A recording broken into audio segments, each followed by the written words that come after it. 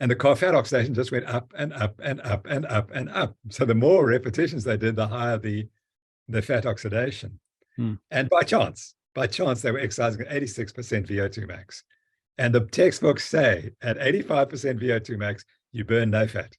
That's what the textbooks say. The highest rates of fat oxidation in history, exactly the point where they're not meant to be burning any fat. So it's fascinating. So what that shows is that muscle glycogen doesn't have an obligatory role during exercise performance. There's no obligatory role. Even at these high intensities, which is really the focal point here. Yeah. When one goes back and looks at the original studies, which claim that there's this specific obligatory role for carbohydrate, for muscle glycogen, in those original trials done by the Scandinavians in 1967, they showed that at the point of exhaustion, even though the guys had low muscle glycogen, their blood glucose levels were incredibly low. I looked at those same studies and I looked at their metabolism at the point of exhaustion in people eating a high carbohydrate diet, mixed carbohydrate diet, and low carbohydrate diet.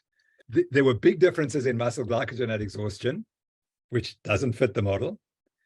There were big differences in fat oxidation at exhaustion, which doesn't fit the model. And there were big differences in carbohydrate oxidation. But the one thing that wasn't different was the blood glucose concentration. And so you need to look at the variable that's not different, that is the same, because that's what is going to be the limiting factor. And it was very clear that it was blood glucose. I then went and looked at a whole bunch of other studies. And I now know that when you take carbohydrate during exercise, or you carbohydrate load before exercise, all that happens is during exercise, you substitute a little bit more carbohydrate for a little bit less fat. And the kilojoules are absolutely matched. So if you burn an extra, let's say 5 or 8 kilojoules per minute, which is a trivial amount, it's a trivial amount of carbohydrate, you burn 8 kilojoules of fat less.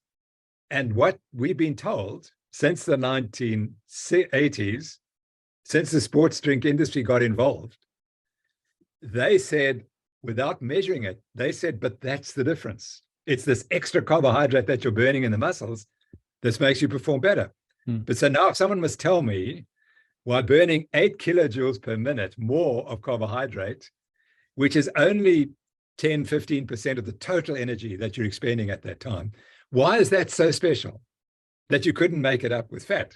And what we've proven now is that you could make it up for fat, but what was happening was these people were hypoglycemic.